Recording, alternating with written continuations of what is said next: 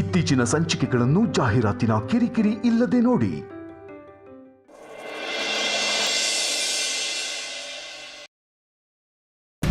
ನೀವಿಬ್ರದ್ದು ಮುಗಿದಿದ್ರೆ ಹೊರಡೋಣವಾ?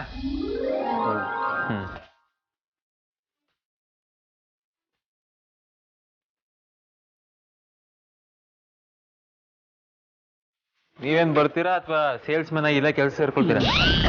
ಇಲ್ಲ ನಡೀರಿ surprise sir, ಬಂದೆ ಆ ಸ್ಟೋರ್ ಮ್ಯಾನೇಜರ್ ಒಂದು ಗತಿ ಕಾಣಿಸ್ಬಿಟ್ಟು ಬರ್ತೀವಿ. ಓ ಎಲ್ಲ ಆನ್ ಆಯ್ತಾ? ಓ ಈಗ ಎಲ್ಲ ಕೆಲಸದವರೆಲ್ಲ ಬಂದು ಕೆಲಸ ಮಾಡ್ತಾರೆ.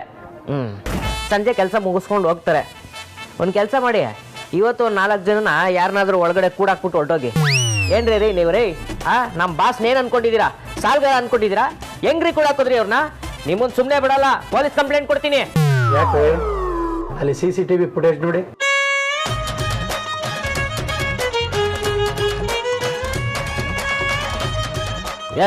ಏನು ಪಾಪ ಏನು ಮಾಡ್ಬಿಟ್ಟಿದ್ದಾರೆ? ಗಂಡ ಹೆಂಡತಿ ಏನೋ ರೊಮ್ಯಾಂಟಿಕ್ ಆಗಿ ಆನಿವರ್ಸರಿ ಸೆಲೆಬ್ರೇಟ್ ಮಾಡ್ಕೊಂಡಿದ್ದಾರೆ. ಯಾವುದೋ ಒಂದು ಪುಟಾಣಿ ಕೇಕ್ ಕಟ್ ಮಾಡಿದಾರಪ್ಪ.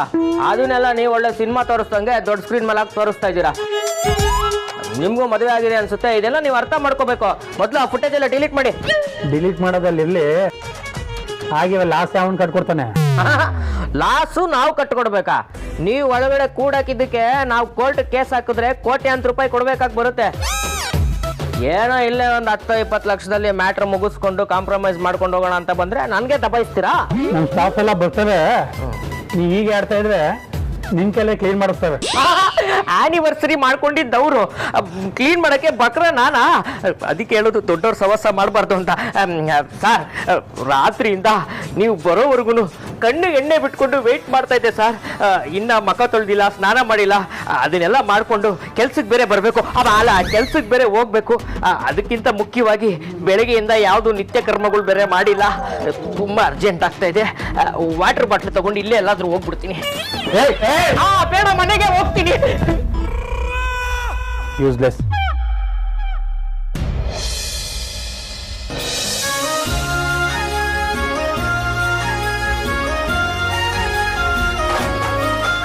ಅಕ್ಕ, ಏ ಅಮ್ಮ, ಎಲ್ಲೇ ಹೋಗಿದ್ದೆ? ನಿಮ್ಮಿಬ್ರಿಗೂ ಏನೂ ಆಗಿಲ್ಲ ಅಲ್ವಾ? ವೇದಾಂತ್ ಅವ್ರೆ, ಎಲ್ಲಿ ಹೋಗಿದ್ರಿ? ಹೇಳಿ ಹೋಗ್ಬೇಕಾಗಿತ್ತಲ್ವಾ? ವೇದಾಂತ್, ಎಲ್ಲಿ ಹೋಗಿದ್ದೆ? ನಿನಗೇನು ಆಗಿಲ್ಲ ತಾನೆ? ನೀನು ರಾತ್ರಿ ಮನೆಗೆ ಬಂದಿಲ್ಲ ಅಂತ ನಾನು ಎಷ್ಟು ಭಯ ಪಟ್ಕೊಂಡಿದ್ದೆ ಗೊತ್ತಾ? ನಿನ್ನನ್ನೇ ಕಾಯ್ಕೊಂಡು ನನ್ನ ಮಲ್ಗೆ ಇಲ್ಲ. ಅದು ಸರಿ, ರಾತ್ರಿ ಇಡೀ ಎಲ್ಲಿ ಹೋಗಿದ್ದೆ? ಯಾಕೆ ಮನೆಗೆ ಬರಲಿಲ್ಲ? ಅಯ್ಯೋ ಅತ್ತೆ, ಅದೊಂದು ದೊಡ್ಡ ಕತೆ. ನಾವಿಬ್ರು ಗಿಫ್ಟ್ ತಗೊಳ್ಳೋಣ ಅಂತ ಒಂದೇ ಮಾಲಿಗೆ ಹೋಗಿದ್ವಿ. ಅಲ್ಲಿ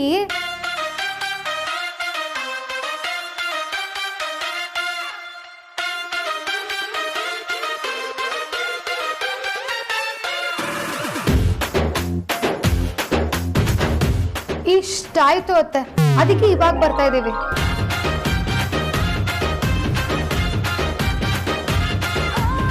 ಅದು ಏನೇ ಹೇಳಿ ಅತ್ತೆ, ಇಷ್ಟೆಲ್ಲ ಆಗೋದಕ್ಕೆ ಇವನೇ ಕಾರಣ. ಎಲ್ಲ ಇವನಿಂದಾನೇ ಆಗಿದ್ದು. ಏ ಬಜಾರಿ, ಏನ್ ಮಾತಾಡ್ತೀನಿ? ಇದಕ್ಕೆಲ್ಲ ಕಾರಣ ನೀನು, ಎಲ್ಲ ನಿನ್ನಿಂದಾಗಿದ್ದು. ನಾನು ಹೆಂಗೆ ಕಾರಣ ಆಗ್ತೀನಿ? ಅಲ್ಲಿ ನೀನ್ ಬಂದಿಲ್ಲ ಅಂದಿದ್ರೆ ಲಾಕ್ ಆಗ್ತಿದ್ವಾ? ನೀನ್ ಶಾಪಿಂಗ್ ಹೋಗ್ತೀನಿ ಅಂತ ನಾನು ಮುಂಚೆನೆ ಹೇಳ್ಬೇಕಿತ್ತು. ನೀನ್ ಯಾಕೆ ಹೇಳಿಲ್ಲ? ಹೇಳಿದಿದ್ರೆ ಇಬ್ರು ಜೊತೆಗೆ ಹೋಗ್ಬೋದಿತ್ತು. ಅಲ್ಲಯ್ಯ, ನಿನಗೆ ಹೇಳ್ಬೇಕು ಅಂತ ಕಾನೂನು ಇದೆಯಾ? ಅಥವಾ ನೀನ್ ತಾಳಿ ಕಟ್ಟೋ ಟೈಮಲ್ಲಿ ನಾನು ಎಲ್ಲಿಗೆ ಹೋಗಿದ್ರು ಹೇಳ್ಬಿಟ್ಟು ಹೋಗ್ತೀನಿ ಅಂತ ಅಗ್ರಿಮೆಂಟ್ಗೆ ಸೈನ್ ಮಾಡ್ಕೊಟ್ಟಿದ್ದೀನ? ಸೈನ್ ಮಾಡಿಸ್ಕೊಂಡಿದ್ರೆ ಬೆಟರ್ ಇರ್ತಿತ್ತು. ನೀನು ನಂಬಿ ಮದ್ವೆ ಆದ್ನಲ್ಲ, ಯಾಮಾರ್ಬಿಟ್ಟೆ. ನೀನಲ್ಲ ಈ ಕಣ ಯಾಮಾರಿದ್ದು, ನಾನು ಯಾಮಾರಿದ್ದು. ನೀನ್ ಇಂಥ ಮನುಷ್ಯ ಅಂತ ಮೊದಲೇ ಗೊತ್ತಿದ್ರೆ ಇನ್ನ ಮದ್ವೆ ಆಗೋದಲ್ಲ, ನಿನ್ ಮುಖ ಕೂಡ ನೋಡ್ತಾ ಇರ್ಲಿಲ್ಲ. ನಾನು ಅಷ್ಟೇ. ನೀ ಈ ಲೆವೆಲ್ ಬಜಾರಿ ಅಂತ ನನಗೆ ಗೊತ್ತಿದ್ರೆ ನೀನ್ ಸವಾಸನೆ ಮಾಡ್ತಿದ್ದೆ. ಮಾಡು ಅಂತ ನಾನು ಹೇಳಿದ್ನಾ?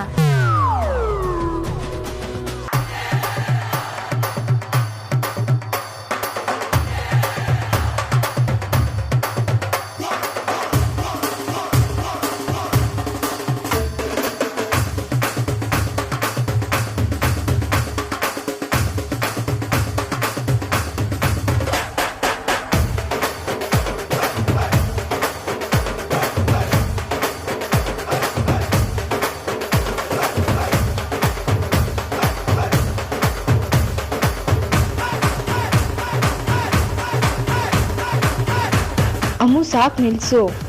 ಲವ್ ಮಾಡ್ಬೇಕಾದ್ರೆ ಎಲ್ಲ ಚೆನ್ನಾಗಿರುತ್ತೆ, ಈಗ ನೋಡಿದ್ರೆ ಈ ರೀತಿ ಕಿತ್ತಾಡ್ತಿದ್ದೀರಾ.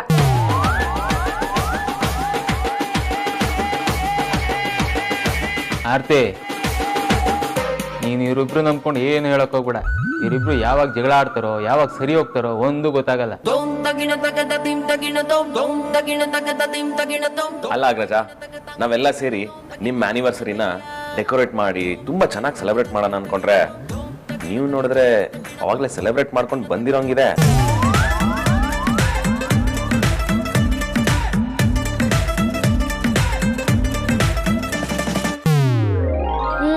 ನನ್ಗೂ ಯಾಕೋ ಹಂಗೆ ಅನಿಸ್ತಿದೆ.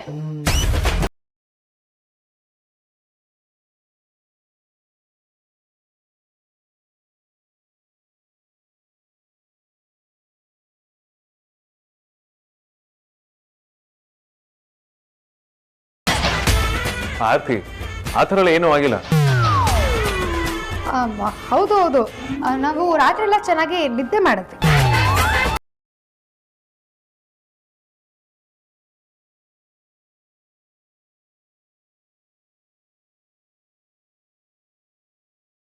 ವೇದಾಂತ್ ಅವರೇ, ಅಮೂಲ್ಯ ಅವರೇ, ನಿಮ್ಗೋಸ್ಕರ ಜಾಮೂನ್ ಮಾಡಿದ್ದೀನಿ, ಇಲ್ಲಿ ತರ್ತೀನಿ.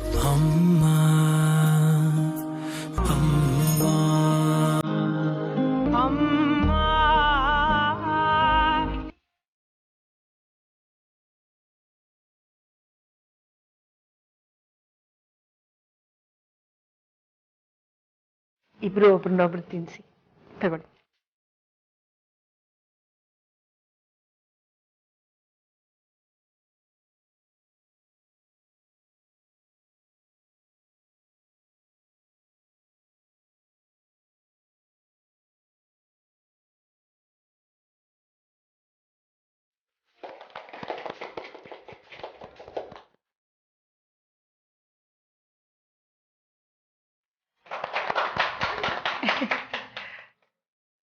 ನಿಮ್ಮಿಬ್ಬರಿಗೂ ಮದುವೆ ಆಗಿ 1 ವರ್ಷ ಪೂರ್ತಿ ಆಯ್ತು. ಈ 1 ವರ್ಷ ನೀವು ತುಂಬಾ ಸಂತೋಷವಾಗಿದ್ದೀರಾ. ಈ ತರ 100 ವರ್ಷ ಸಂತೋಷವಾಗಿ ಬಾಳಿ, ಆಗ್ಲೇ ಜೀವನ ಪೂರ್ತಿ ಅನ್ಸ್ಕೊಳ್ಳೋದು.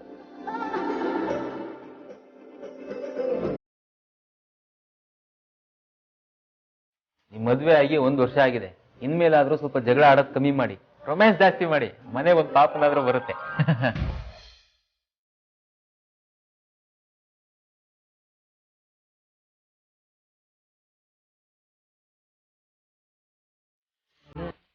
ಹೌದು, ಈ ಮನೆಗೆ ಇನ್ನೂ ಒಂದು ಪಾಪು ಬರಬೇಕು.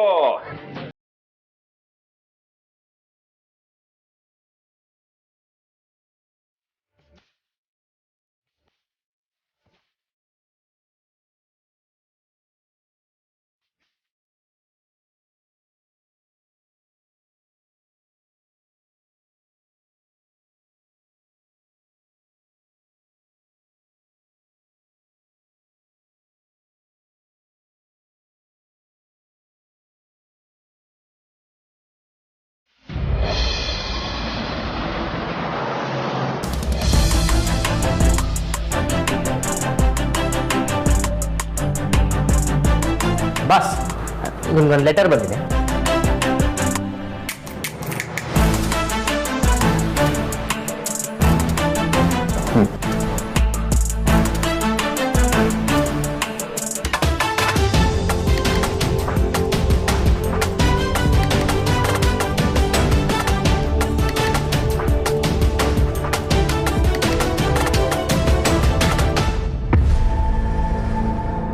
ಪ್ರೀತಿಯ ವೇದಾಂತ್, ನಿನಗೆ 25 ವರ್ಷದ ಹಿಂದಿನ ಒಂದು ಕತೆ ಹೇಳಬೇಕು. ನೀನು ನಿನ್ನ ತಂದೆ ಬಗ್ಗೆ ತಿಳ್ಕೊಳ್ಬೇಕು. ಇದು ನೀನು ತಿಳ್ಕೊಳ್ಬೇಕಾಗಿರೋ ಮುಖ್ಯವಾದ ವಿಷಯ.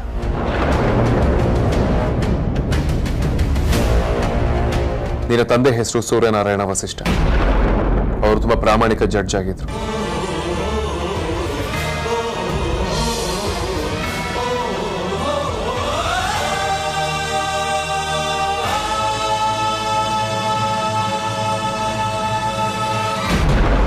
ಅವ್ರು ಹೀಗೆ ಒಂದು ಕೇಸ್ನ ಹ್ಯಾಂಡಲ್ ಮಾಡುವಾಗ ಅವ್ರಿಗೆ ಬಹಳಷ್ಟು ಹಿಂಸೆಗಳಾಗ್ತಿತ್ತು. ಮನೆಗೆ ದಿನ ಬ್ಲ್ಯಾಂಕ್ ಕಾಲ್ಸ್ ಬರ್ತಿತ್ತು. ಮನೆ ಹತ್ರ ಯಾರೋ ರೌಡಿಗಳು ಬಂದು ಗಲಾಟೆ ಮಾಡೋದು, ಕಲ್ಲು ಎಸೆಯೋದು, ಇದೆಲ್ಲ ನಡೀತಾನೆ ಇತ್ತು. ಒಂದು ದಿನ ಒಬ್ಬ ವ್ಯಕ್ತಿ ಬಂದು ಬಂದೂಕ ತೋರಿಸಿ ಶೂಟ್ ಮಾಡ್ತೀನಿ ಅಂತ ಹೆದರ್ಸ್ದ.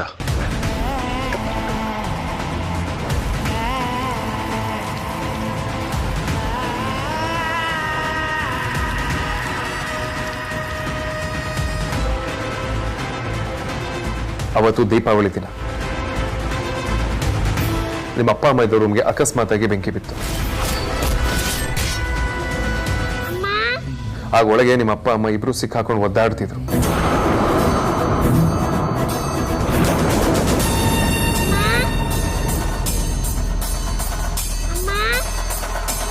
ಹೊಗೆನಲ್ಲಿ ಏನೂ ಸರಿಯಾಗಿ ಕಾಣ್ತಿರ್ಲಿಲ್ಲ.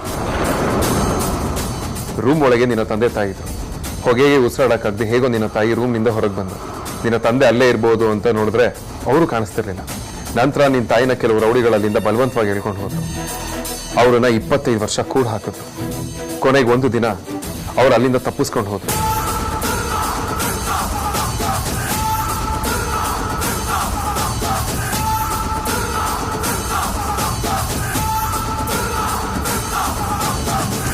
ನಿನ್ನ ತಂದೆ ಸತ್ತಿದ್ದಾರೆ ಅಂತ ಎಲ್ಲರೂ ಅಂದ್ಕೊಂಡಿದ್ದಾರೆ, ಆದ್ರೆ ಅವ್ರು ಸತ್ತಿಲ್ಲ. ಅವ್ರು ಅವತ್ತಿನ ದಿನ ಎಲ್ಲೋ ತಪ್ಪಿಸ್ಕೊಂಡು ಹೋಗಿದ್ದಾರೆ. ಜೀವಂತವಾಗಿ ಬದುಕಿದ್ದಾರೆ ಅಂತ ನನ್ನ ಮನಸ್ಸು ಹೇಳ್ತಾ ಇದೆ. ಇನ್ನೊಂದು ಮುಖ್ಯವಾದ ವಿಷಯ, ಈಗ ನಿಮ್ಮಮ್ಮ ಅಂತ ಹೇಳ್ಕೊಂಡು ಮನೆಗೆ ಬಂದಿರೋ ಹೆಂಗಸು ನಿನ್ನ ತಾಯಿಯಲ್ಲ, ನಿನ್ನ ತಾಯಿಯಲ್ಲ, ನಿನ್ನ ತಾಯಿಯಲ್ಲ, ನಿನ್ನ ತಾಯಿಯಲ್ಲ.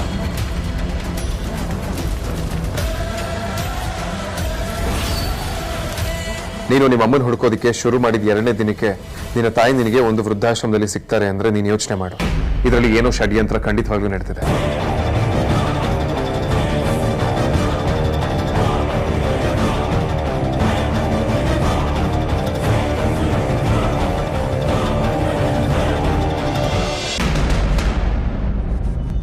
ನಿನಗೆ ನನ್ನ ಮಾತಲ್ಲಿ ನಂಬಿಕೆ ಬರದೇ ಇರ್ಬೋದು. ನಾನು ಹೇಳಿದ ಸುಳ್ಳು ನಿಜಾನ ಪರೀಕ್ಷೆ ಮಾಡಲೇಬೇಕು ಅನ್ನೋದಾದ್ರೆ ನಿನಗೊಂದು ವಿಷಯ ಹೇಳ್ತೀನಿ. ನೀನು ಹುಟ್ಟಿ 1.5 ವರ್ಷಕ್ಕೆ ನಿನಗೆ ಬಹಳನೇ ಅನಾರೋಗ್ಯ ಕಾಡ್ತಿತ್ತು.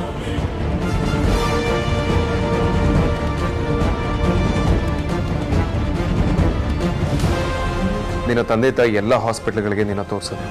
ಎಲ್ಲ ಡಾಕ್ಟರ್ಗಳು ನೀನು ಬದುಕೋದಿಕ್ಕೆ ಸಾಧ್ಯನೇ ಇಲ್ಲ ಅಂತ ಹೇಳ್ತಿದ್ರು. ಎಲ್ಲ ಕಡೆ ತೋರಿಸಿದ್ರು ವಾಸಿ ಆಗ್ತಿಲ್ಲ. ಆಗ ನಿನ್ನ ತಂದೆ ತಾಯಿ ಇಬ್ಬರು ನಿಮ್ಮ ಮನೆ ದೇವ್ರ ದೇವಸ್ಥಾನಕ್ಕೆ ಹೋಗಿ ಒಂದು ಹರಕೆನ ಮಾಡ್ಕೊಳ್ತಾರೆ. ಅದಾದ್ಮೇಲೆ ನಿನ್ನ ಕಾಯಿಲೆ ವಾಸಿ ಆಯಿತು. ಏನು ಹರಕೆ ಹೊತ್ಕೊಂಡಿದ್ರು ಅಂತ ನಿನ್ನ ತಾಯಿ ಹತ್ರ ಒಂದ್ಸಲ ನೀನು ಹೋಗಿ ಕೇಳು, ನಿನ್ನ ಅಜ್ಜಿ ಹತ್ರನೂ ಕೇಳು. ಇಬ್ರು ಒಂದೇ ಉತ್ತರ ಹೇಳಿದ್ರೆ ನಿನಗೆ ಸತ್ಯ ಏನು ಅಂತ ಗೊತ್ತಾಗುತ್ತೆ.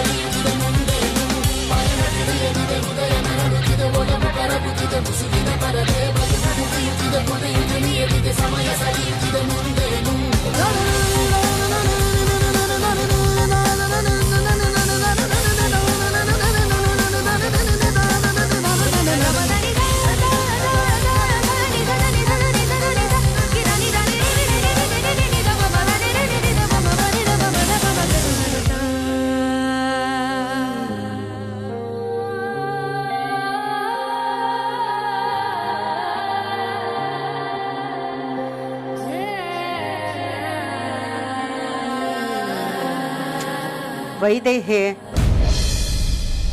ಆ ಕಡೆಯಿಂದ ಈ ಕಡೆ, ಈ ಕಡೆಯಿಂದ ಆ ಕಡೆ ಓಡಾಡ್ತಾನೆ ಇದೆಯಲ್ಲ, ಏನಾಯ್ತು? ಯಾಕೆ ಸಪ್ಪಗಿದ್ದೀಯಾ? ಅಮ್ಮ, ನಾನು ವೇದಾಂತ್ಗೆ ಒಂದು ಪತ್ರ ಬರ್ತಿದ್ದೆ. ನಿನ್ನ ತಾಯಿ ಅಂತ ಹೇಳ್ಕೊಂಡು ಬಂದಿರೋ ಹೆಂಗಸು ನಿನ್ನ ಹೆತ್ತ ತಾಯಿ ಅಲ್ಲ, ನಿನಗೆ ಅವಳಿಗೆ ಯಾವುದೇ ರೀತಿ ಸಂಬಂಧ ಇಲ್ಲ ಅಂತ. ಆದರೆ ಅವನು ಓದಿದಾನೋ ಇಲ್ವೋ ನನಗೆ ಗೊತ್ತಾಗ್ತಿಲ್ಲಮ್ಮ. ಅಕಸ್ಮಾತ್ ಅವನ ಪತ್ರ ಓದಿದ್ರೆ ಅವನು ಖಂಡಿತ ನಿಜ ಏನು ಅಂತ ಗೊತ್ತಾಗುತ್ತೆ. ವೇದಾಂತಿಗೆ ಆ ಪತ್ರ ಸಿಕ್ಕರೆ ಖಂಡಿತ ಓದಿರ್ತಾನೆ, ಇಲ್ಲಾಂದ್ರೆ ಏನೂ ಮಾಡೋಕ್ಕಾಗಲ್ಲ. ಅಮ್ಮ, ಪತ್ರ ಅವನಿಗೆ ಸಿಕ್ಕಿರುತ್ತೆ, ಅವನದನ್ನ ಓದಿರ್ತಾನೆ ಅನ್ನೋ ನಂಬಿಕೆ ಮೇಲೆ ನಾನು ನಿಮ್ಗೆ ಈ ವಿಷಯ ಹೇಳ್ತಾ ಇದ್ದೀನಿ. ಅಲ್ಲ ಕಣೆ, ಈ ಪತ್ರ ಬರೆಯೋದು, ಚಿತ್ರ ಬಿಡಿಸೋದು ಇದೆಲ್ಲ ಹಳೆ ಕಾಲ ಆಯ್ತು. ನೀನೇ ಡೈರೆಕ್ಟಾಗಿ ಹೋಗಿ ನಾನೇ ನಿನ್ನಮ್ಮ ಅಂತ ಹೇಳ್ಬೋದಾಯ್ತಲ್ಲ. ನೀನೇ ಅವನಮ್ಮ ಅಂತ ಗೊತ್ತಾದ್ರೆ ಅವನು ಎಷ್ಟು ಖುಷಿ ಪಡ್ತಾನೆ ಗೊತ್ತಾ? ನೀನು ಇಷ್ಟು ದಿನ ಹೇಳದೇ ಇರೋದಕ್ಕೆ ಅವಳು ಯಾವಳೋ ನಾನೇ ನಿನ್ನಮ್ಮ ಅಂತ ಮನೆಗೆ ಬಂದು ಸೇರ್ಕೊಂಡಿದ್ದಾಳೆ. ಒಂದು ಮಾತು ನೆನ್ಪಿಟ್ಕೋ, ನಿಜ ಹೇಳಲಿಲ್ಲ ಅಂದರೆ ನಾನೇ ಹೋಗಿ ಅವನ ಹತ್ರ ನಿಜ ಏನು ಅಂತ ಹೇಳ್ಬಿಡ್ತೀನಿ. ನೀನು ಏನು ಅನ್ಕೊಂಡ್ರೂ ಪರವಾಗಿಲ್ಲ. ಏನಮ್ಮ ನೀವು ಹೇಳಲ್ಲ ಅಂತ ಮಾತು ಕೊಟ್ಟು ಇಷ್ಟು ಬೇಗ ಮರ್ತೋಯ್ತಾ? ಅಯ್ಯೋ, ಮಾತು ಕೊಟ್ಟಿದ್ದು ನಿಜ ಕಣೆ, ಹಾಗಂತ ಶಾಶ್ವತವಾಗಿ ಹೇಳಲ್ಲ ಅಂತ ಅಲ್ಲ. ಇಷ್ಟು ದಿನ ಆದರೂ ಅವನಿಗೆ ನಿಜ ಗೊತ್ತಾಗ್ಲಿಲ್ಲ ಅಂದರೆ ನಾನು ಹೋಗಿ ಕೇಳ್ತೀನಿ. ನೀನೇನು ಅಂದ್ಕೊಂಡ್ರೂ ಪರವಾಗಿಲ್ಲ, ನನ್ನ ಮೊಮ್ಮಗನಿಗೆ ನಿಜ ಹೇಳೋದಕ್ಕೆ ನಾನು ಯಾರಿಗೂ ಭಯ ಪಡಲ್ಲ. ದುಡುಕಿ ಯಾವ ನಿರ್ಧಾರನೂ ತಗೊಳ್ಬೇಡಿ. ವೇದಾಂತ್ ನಾನು ಕಳಿಸಿರೋ ಪತ್ರನ ಓದ್ತಾನೆ, ಆ ಹೆಂಗಸನ್ನ ಮನೆಯಿಂದ ಹೊರಗೆ ಹಾಕ್ತಾನೆ. ಆ ನಂಬಿಕೆ ನನಗಿದೆಮ್ಮ. ನೀನು ಹೇಳ್ದಾಗೆ ಆದರೆ ತುಂಬ ಸಂತೋಷ. ಇಲ್ಲ, ನೇರವಾಗಿ ವೇದಾಂತಿಗೆ ನೀನೇ ಹೇಳು. ನೀನು ಹೇಳಲಿಲ್ಲ ಅಂದರೆ ನಾನೇ ಹೇಳ್ತೀನಿ. ಆವಾಗ ಯಾಕೆ ಏನು ಅಂತ ಪ್ರಶ್ನೆ ಮಾಡಬೇಡ.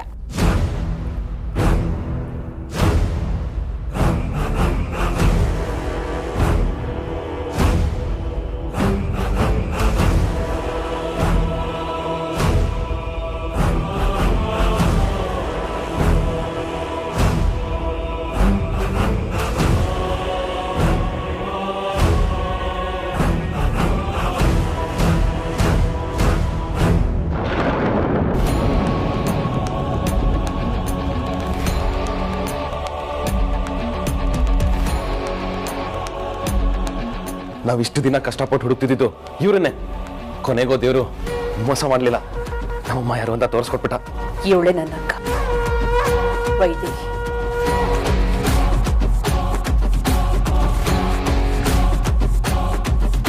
ಅಮ್ಮ ಅಮ್ಮ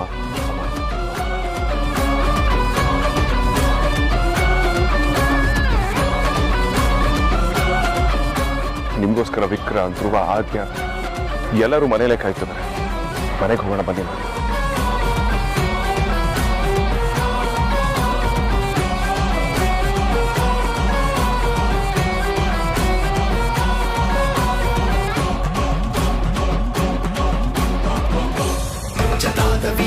ಜಲ ಪ್ರವಾಹ ಪಾವಿತಸ್ಥಲೆ ಕಲೇವಲಂಬ್ಯ ಲಂಬಿತಾಂಬುಜಾಂಗುತಾಂಗ ಮಾಲಿಕಂ ತಮತ್ತಮತ್ತಮತ್ತಮದ್ನಿನಾದವಾದ ಮರ್ವಯಂ ಚಕಾರ ಚಂಡ ತಾಂಡವಂ ತನೋತು ನ ಶಿವ ಶಿವಂ.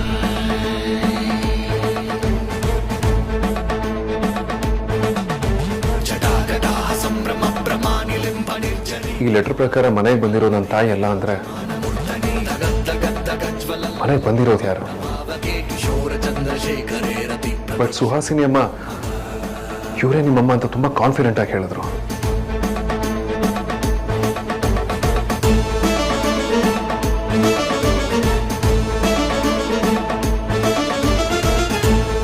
ನನಗೆ ಚಿಕ್ಕ ವಯಸ್ಸಲ್ಲಿ ಹುಷಾರ್ ತಪ್ಪಿರೋದು, ಅಪ್ಪ ಅಮ್ಮ ಹರಕೆ ಹೊತ್ಕೊಂಡಿರೋದು ಈ ಲೆಟರ್ ಬರೆದವ್ರಿಗೆ ಹೇಗೆ ಗೊತ್ತು?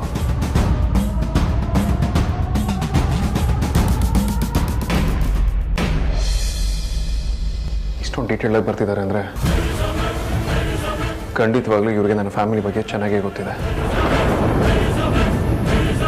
ಮೊದಲು ಲೆಟರ್ ಬರ್ತಿರೋದು ಯಾರು, ನನಗೆ ಲೆಟರ್ನ ಯಾಕೆ ಕಳಿಸ್ಕೊಟ್ಟಿದ್ದಾರೆ, ಇದನ್ನು ಫೈಂಡ್ ಔಟ್ ಮಾಡಬೇಕು. ಬಟ್ ಹೇಗೆ?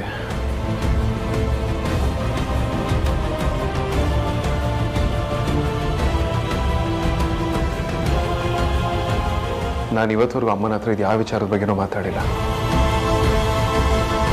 ದಿನ ಹೀಗೆ ಕನ್ಫ್ಯೂಷನ್ ಬದುಕೋ ಬದಲು ಅಮ್ಮನ ಹತ್ರ ಒಂದೇ ಸಲ ಮಾತಾಡಿಕೊಂಡು ಸಾರ್ಟ್ ಔಟ್ ಮಾಡ್ಕೊಳ್ಳೋದು ಬೆಟರ್. ಎಸ್.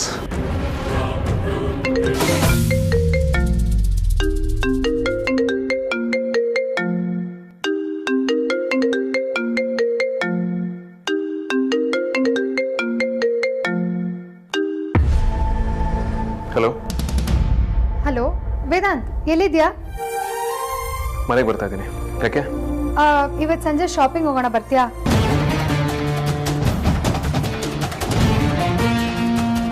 ಹೋಗೋಣ. ಅದಕ್ಕೂ ಮುಂಚೆ ನನ್ನ ಮನೇಲಿ ಇಂಪಾರ್ಟೆಂಟ್ ಕೆಲಸ ಇದೆ, ಮುಗಿಸ್ಬಿಟ್ಟು ಹೋಗೋಣ. ಕೆಲ್ಸನಾ? ಏನ್ ಕೆಲಸ? ಅಲ್ಲೇ ಬಂದು ಹೇಳ್ತೀನಿ, ಫೋನ್ ಇಡು. ಹಲೋ,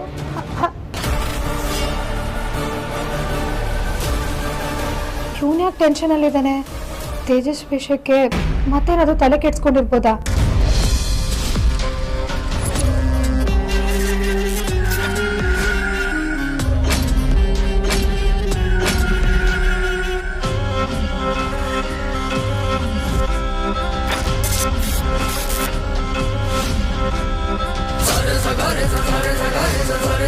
ಸಗ